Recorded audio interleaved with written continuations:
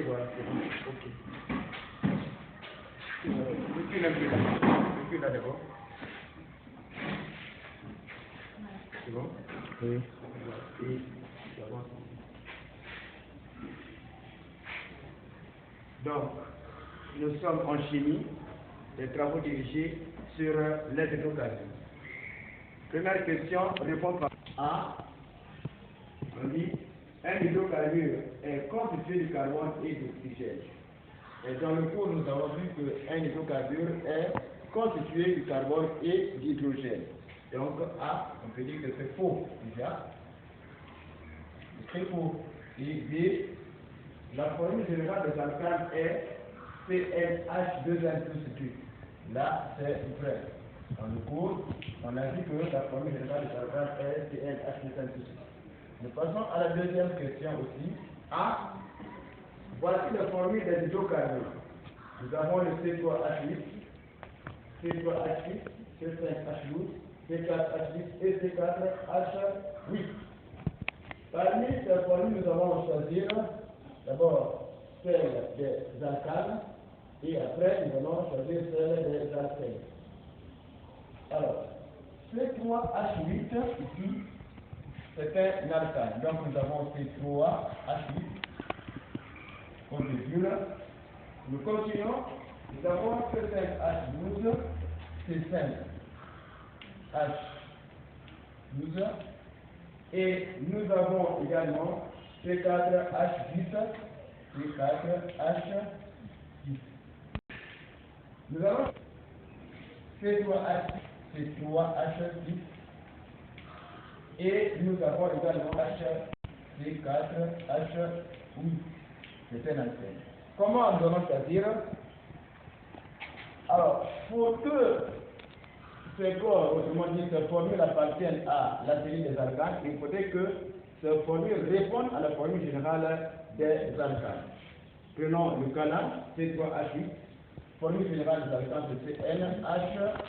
Cela veut dire qu'en remplaçant N dans cette formule, il faudrait que nous retrouvons cette formule. Et N est égal à combien? Nombre d'atomes de carbone égal à combien? Égal à 3. Donc N égale à 3. On va remplacer ici, donc on aura C3H2. 3 plus 2. Et on trouve C3H8. C'est quoi? Ça appartient bel et bien à la série des alcanes. Et de même, avec ces formules, on remplace dans la formule générale des alcènes et vous retrouvez également ces formules. Donc, tout C3H6, C4H8 sont des alcènes. Nous passons à l'exercice numéro 3 maintenant. 3, appartenant à la série des alcanes, contient dans sa formule brute 4 atomes d'hydrogène. Donc 4 atomes d'hydrogène, donc on peut noter N égale à 4, puisque N représente le nombre d'atomes de carbone. Et en utilisant la formule générale des alcanes, retrouve sa formule brute. Bien, donc nous avons noté que N égale à 4. Formule générale des alcanes, c'est CnH2n plus 2. Cela veut dire que dans la formule générale des alcanes, nous allons remplacer N par 4. Donc on aura C4H2 par 4 plus 2. Et on trouve C4H 2 par 4 égale à 8 plus 2. Et on trouve C4H10. Voilà la formule de l'alcane qui convient pour N pour 4 atomes de carbone. Et nous passons à l'exercice numéro 4. Un hydrocarbure appartenant à la série des alcanes contient 8 atomes de carbone, donc 8 atomes plutôt d'hydrogène. En utilisant la formule générale des alcanes, calcule le nombre d'atomes de carbone.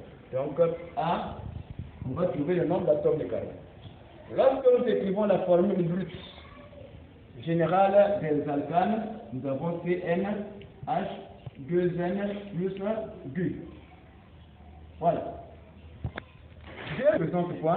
2n plus 2 représente quoi ici? Représente le nombre d'atomes d'hydrogène. Et N représente quoi? Il représente le nombre d'atomes de carbone. Donc, il s'agit de retrouver la formule brute d'un alcane qui répond à cette formule puisque le nombre d'atomes d'hydrogène c'est 8. Alors, qu'est-ce qu'il faut faire?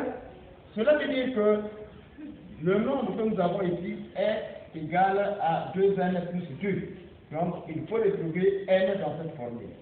Donc, nous aurons 2n plus 2 égale à 8.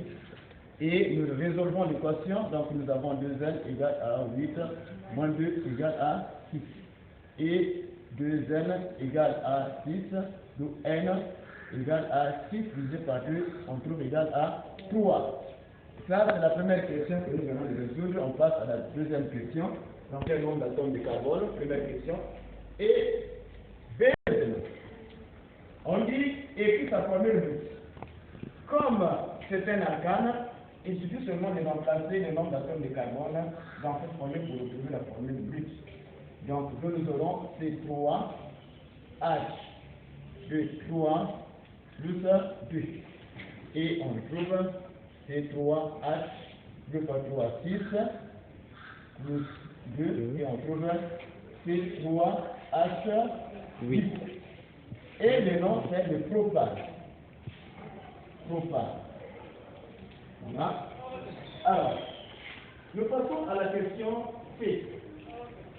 Nous allons écrire maintenant la formule développée. Nous savons combien d'atomes de carbone ici? Nous avons 3 atomes de carbone. Il faut d'abord éliminer les 3 atomes de carbone. 1, 2, 3. Comme il appartient à la série des alcanes, cela veut dire qu'entre les atomes de carbone, nous avons des liaisons simples. Donc on met les liaisons simples. Une fois placé les liaisons simples, vous savez qu'autour de l'atome de carbone, on doit avoir toujours les 4 liaisons. Cette liaison appartient déjà à cet atome de carbone, donc il a déjà sa liaison. Il va manquer combien pour faire 4? Il va manquer 3 liaisons. On met les 3 liaisons. Et ici, si je ferme les deux là, il va manquer combien de liaisons? Il va manquer également 2 liaisons pour faire 4. Parce que c'est liaison. Et ici, il va manquer combien? 3 liaisons. Voilà. Et je complète par les atomes d'hydrogène. Donc ici là, H.